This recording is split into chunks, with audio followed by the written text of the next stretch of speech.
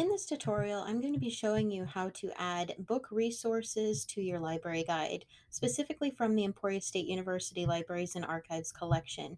And the reason why we want to be linking to our collection is these guides are created for Emporia State University and our patrons.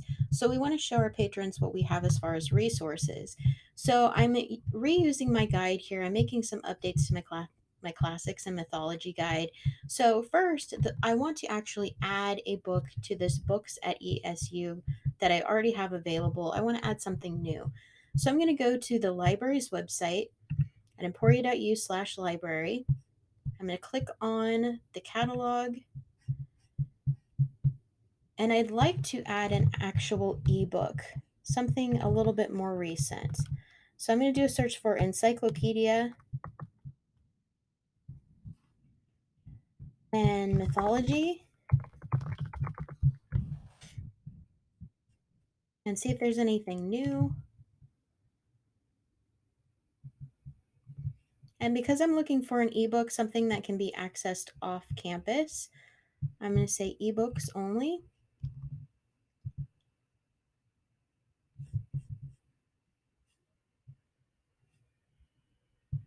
And here are some of my results. I'm going to go ahead and just go with the first one here, something from 2005.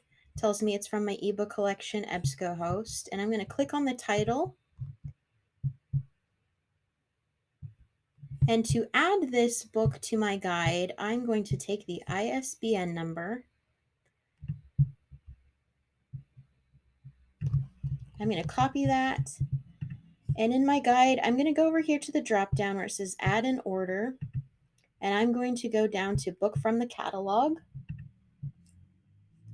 And I'm going to paste that ISBN number. And it's going to pull up all my content, including the cover art. Sometimes the cover art doesn't appear. And in that case, I usually go back into my catalog and I'll try one of these other ISBN numbers that have been registered. So now I have most of the content pulled up about the book. This is an ebook. So instead of putting the call number, I'm going to just say available as an ebook. And then the URL. And this is the most important part. When you're using a URL and you're sharing a URL for any kind of resource from the library catalog, do not use this URL. This is a timed URL. It will expire after so many minutes, so it's not something you can share with other people. What you want to use is what's called a permalink over here, and that makes a customized URL specifically for this record. So if I go ahead and copy and paste that, I'm going to put that there. You can put a description. Maybe you have a review for the book that you've read or a reason why you've selected it. For my case specifically, I'm actually just going to take the description for the sake of time. And I'm going to copy and paste that into the description. And you can have the description show up and display however you like. I'm going to just show you what the default looks like. So we'll save that. And it's added it with my description here. And this might look a little long to me, so I might go up and I'll click this little edit icon. And instead of having it display below like it is right now, I might have it hover over info icon.